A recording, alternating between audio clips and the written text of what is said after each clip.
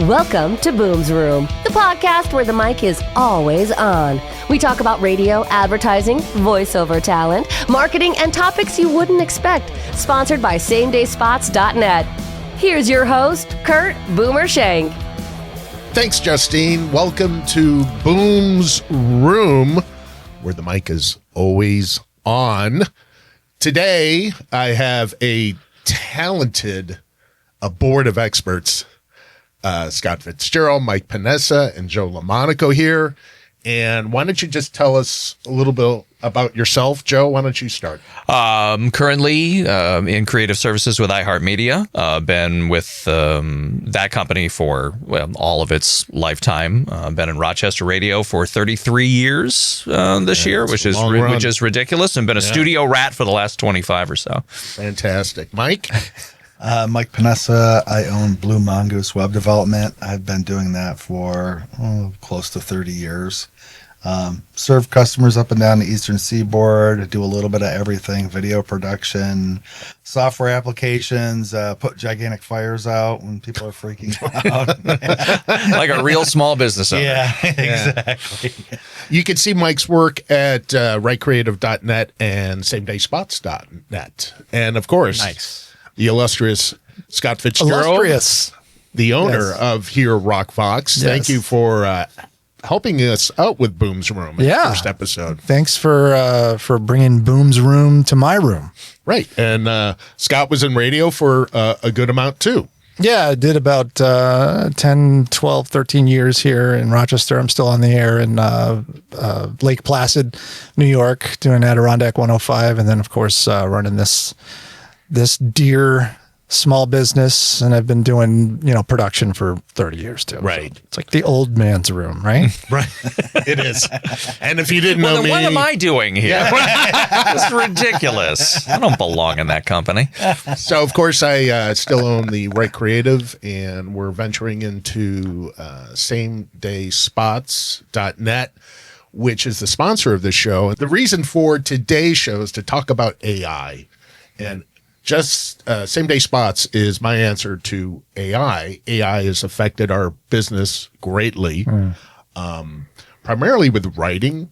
People still like real, natural voices.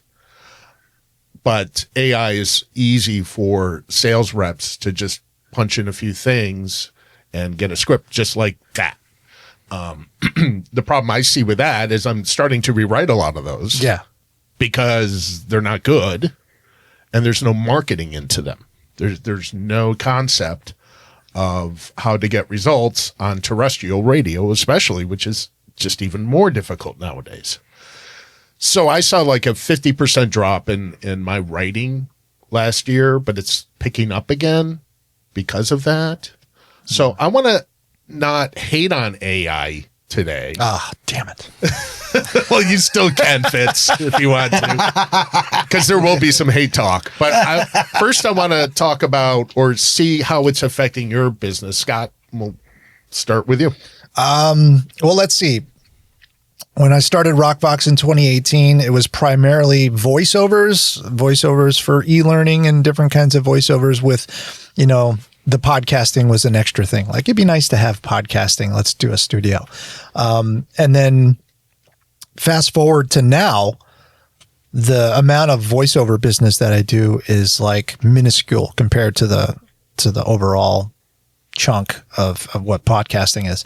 And I don't have any data that says that it's for sure it's AI that did that. It's just a hunch that a lot of the smaller projects could have been absorbed by people just saying, well, I'm not going to pay this person $400 when I can do it for $20 a month on, with 11 labs. Right.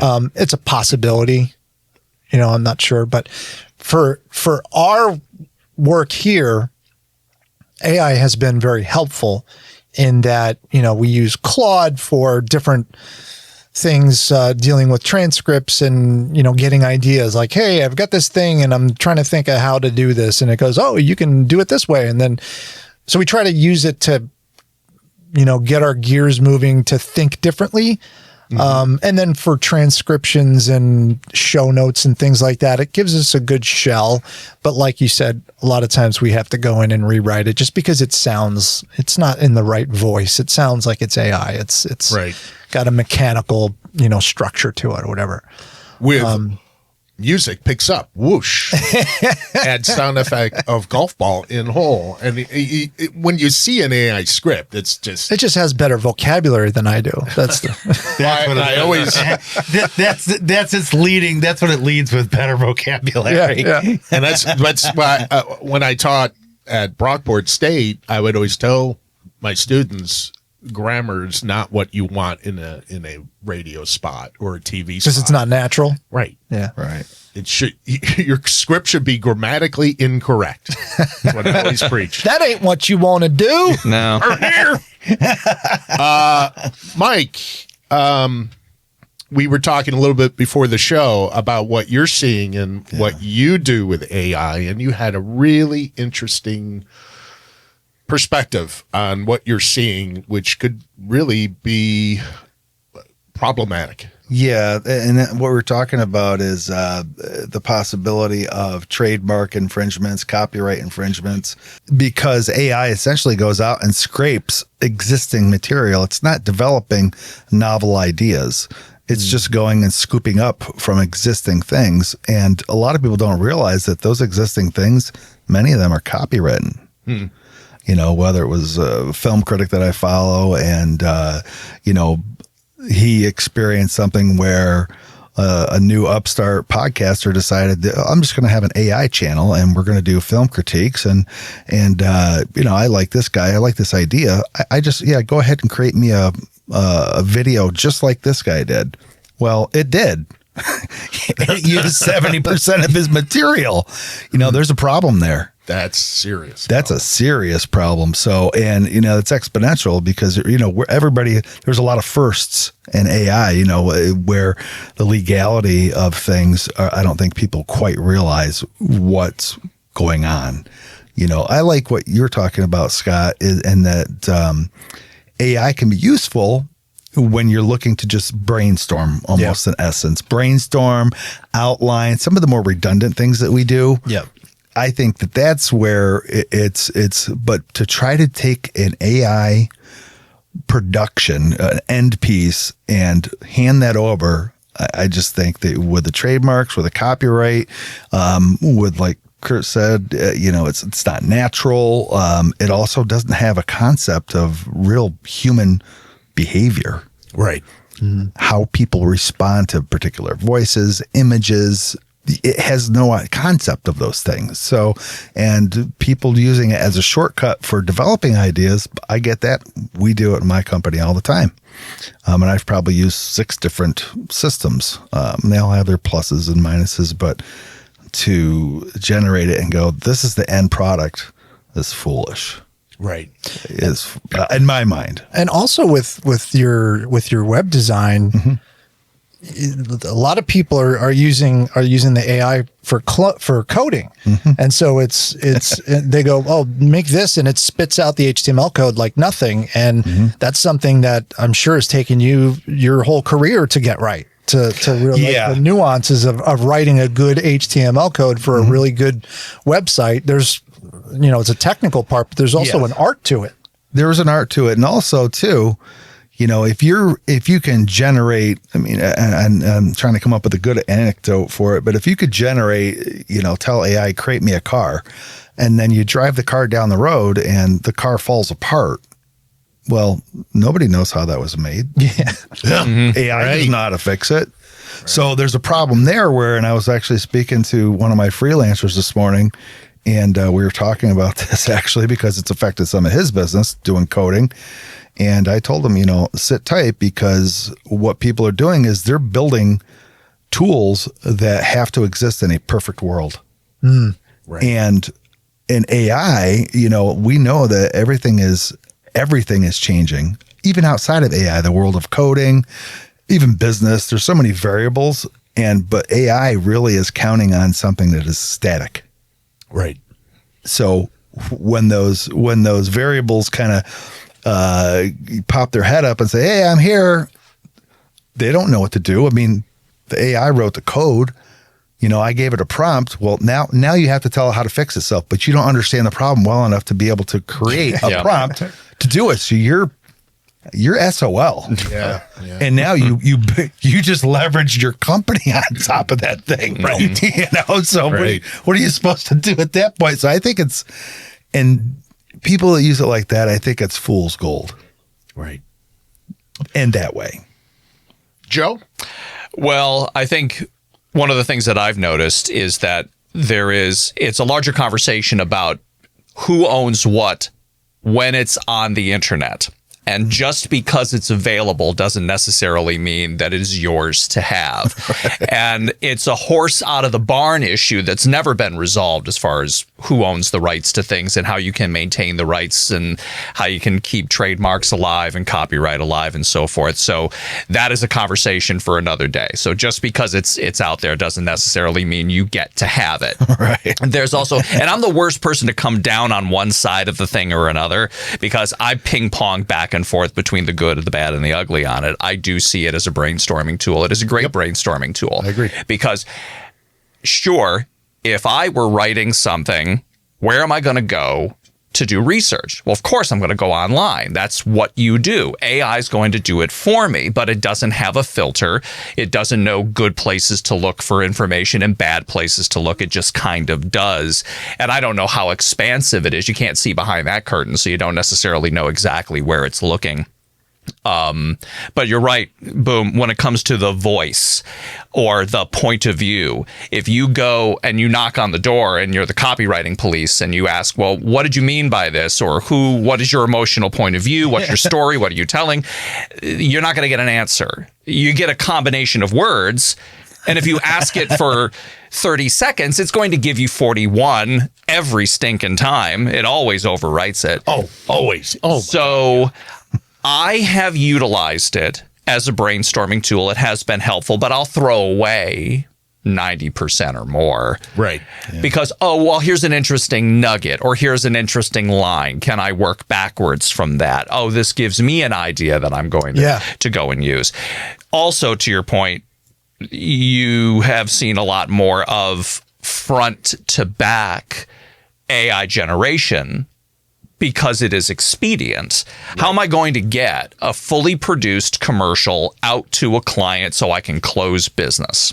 Right. Well, if AI can do it with a simulated script and a simulated voice and everything can be put together and I can have it in my hand in minutes, am I going to take it to a creative that's going to say, well, it's going to take me a day or two? If it's closed business today, they're going to close business today. Yep.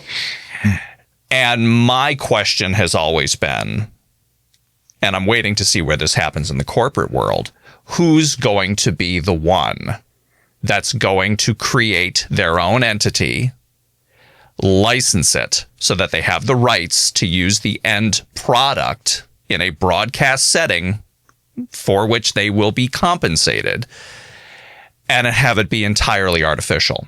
Because right now you can't. If I write a script and I put it into an AI voice generator, well, I don't own the rights to that performance. Mm-hmm. I can't monetize that. I can use it to help me monetize something, but I'd have to recreate it with actual assets that I do own. Mm. When are we going to get to the point when, okay, let's pick a big company, my company, let's say, as an example. When are we going to create, using the assets that we own, potentially, a model that utilizes all of that raw material that we own, that the people who created it don't have the rights to anymore because we signed them over because we have an employment agreement, and they can take that and then repackage that and monetize it? So that's what I'm interested in seeing. I haven't gotten a good answer to that question. I've asked it. I haven't gotten a good answer to that question. So end to end, it's already being used. I like to use it as a jumping off point because sometimes you have something you can't wrap your head around. I don't know the product. I don't know the service. I don't know what I want to do, but maybe this can help me find an entry point, start peeling the onion, as it were. And Sure. you're driving through Wichita one day and you're listening to the radio and there's you doing a show you never recorded. Well, that Voice is cloning. that is the issue that is the issue that concerns me. Yeah. Now, how long would it take to get there to create your own, large language model? And have it like you've got to provide all the assets for it and they're proprietary. So let's say company X has all of these assets and they're not available to anyone else from the outside. So no other large language model can get in and use these assets. They're just yours. So you lock that down and you create a proprietary AI model that will use that as the source material. So, okay, I work for company X. I've provided a lot of real-time performances, a lot of raw data, and now I've retired or I've passed away or whatever. I'm no longer doing the job, but my work can still be used to create new material. That's still a possibility. Could happen. Well, Hollywood's done it. Yeah. Hollywood has brought Val Kilmer back and put him in a movie, and he's in like 90% of it. Right, and we're gonna get to AI bitching shortly. And this is the thing. That's not a bitch on my part. I'm just saying I can see both sides of it. I can see it from a talent perspective, which I am. Yep. And I can see what that does to my ability to market myself and to have something that is marketable. I can also see it from the standpoint of I work for a major company. I don't own the rights to anything I have ever done. They own yours. They Yeah, they can own your do work. what they like with it. Yeah, that's true. So we have to see how it shakes out. By the way, kudos to iHeart for the whole human angle, which they're pushing now. I'm Guaranteed human. guaranteed human. I think that was a smart move on their part. Is that like a new term that yeah, they're that's their slogan. It's a new positioner they came out with earlier this year. Because because also I have seen there's a lot of AI pushback.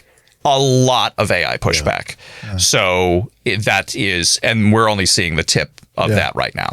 So let's bitch about AI now, because you brought up Val Kilmer. I don't know if you guys have seen the whole Tilly Norwood video. Yeah. And the Tillyverse. Yeah, and then she was going to show up at the Oscars.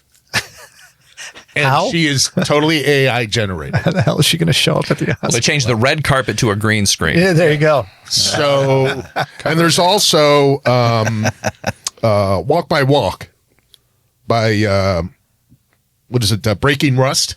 It's the song, right? The song. Yeah. AI generated. Yeah. I can't tell. Millions of Oh. streams. Yeah, it was like #1 on streaming. Yeah, there's something going on there, and it might be an age thing. Maybe. I've my kids that are in their 20s, my own They don't children, care, do they can sense, they know it's like that, and sometimes I don't catch it. Yeah. It'll get past me, and I listened to it. The Tillyverse video was not good. I mean, she's literally flying around on inflatable whole flamingos, and it was just an acid trip. But I was watching Good Morning America, and they brought it up as a topic, and a lot of Hollywood is very creeped out about the Val Kilmers.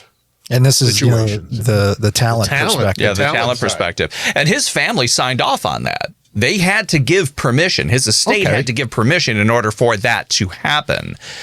But it's also a big argument within the actors union and SAG-AFTRA about protections for, and then background actors. Can you create a scene of 10,000 using 2 people and replicating their license? You don't need extras. Likeness. Yeah.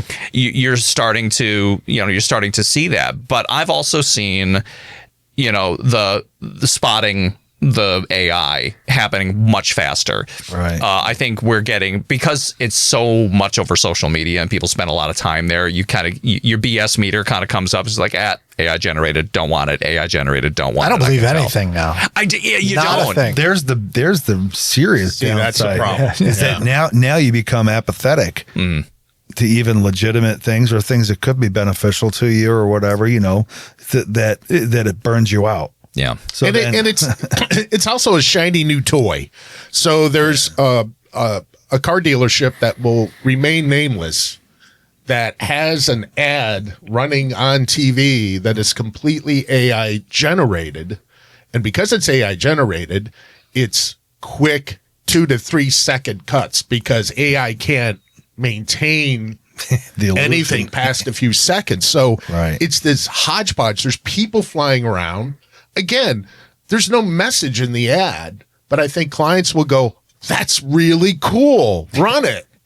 And they're really wasting their money because there's no message on why I go there to buy a car.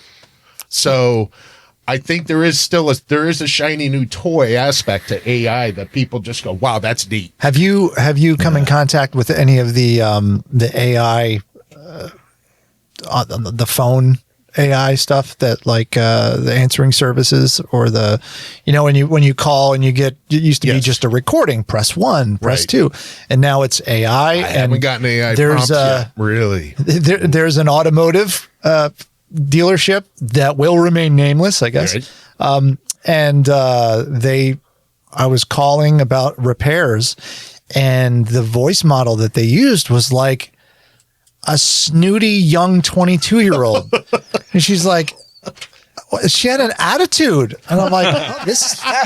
So you're calling about your car? Yeah. What's wrong with it? It's exactly how it was. It was insane. Yeah. I was like, really? How can we help you? Yeah. Do I even want to help you? Exactly. But going back to what you're talking about, Boom, you've got a shiny new thing and, oh, that looks cool. I'd like to run it. There used to be a time when you would go after a professional because you'd seen their work and you wanted their work. Right. Yeah. And that is the reason why it was the cool thing. It's like, I want that voice I want this design on my site. I want this copywriting. I want this person's perspective and all of the stuff that comes along with them. Yes. And that can be simulated to a degree. Mm-hmm. It's a solid C-, I think. Maybe.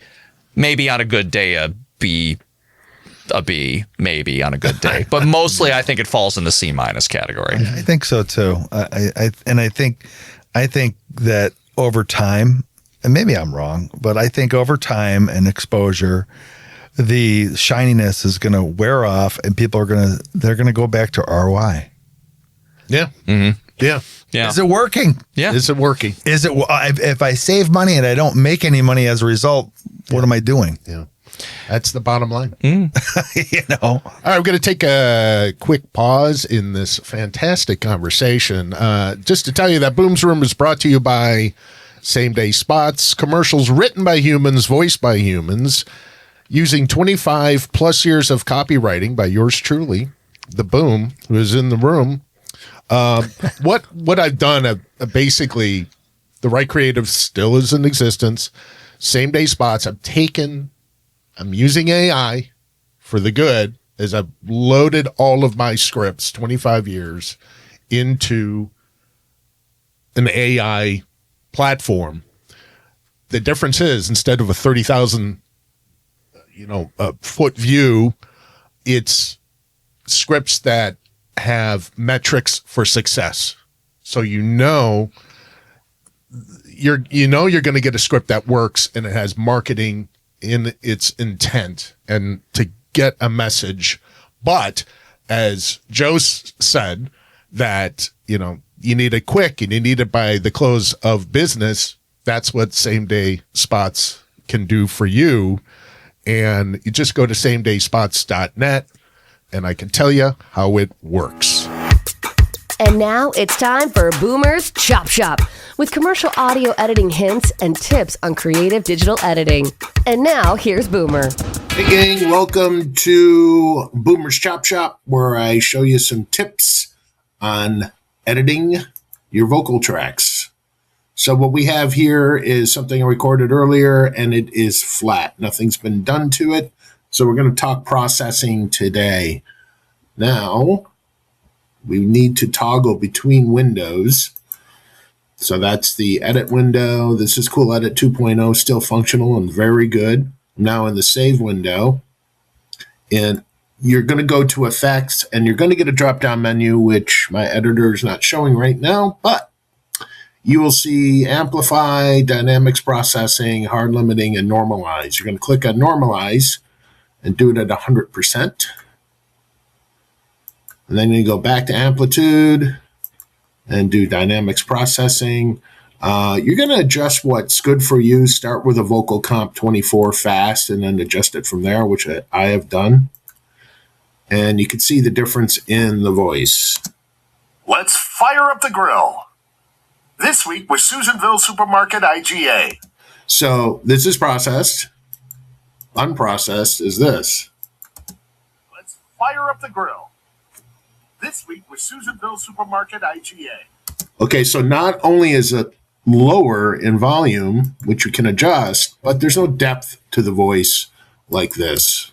With Susanville Supermarket IGA. In the bag pork spare ribs, $3.77 a pound. Boneless beef New York strips, $13.97 a pound. That's how you process your voice. If you have any questions, please DM me and I can tell you how to do it and where to do it. And thanks for watching Boomer's Chop Shop.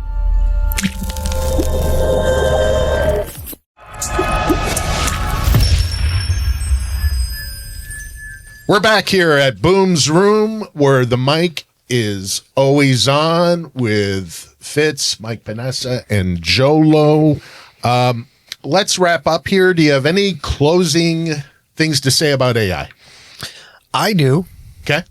Well, we were kind of touching on it before, where people are kind of reached that point where people are kind of getting sick of it now.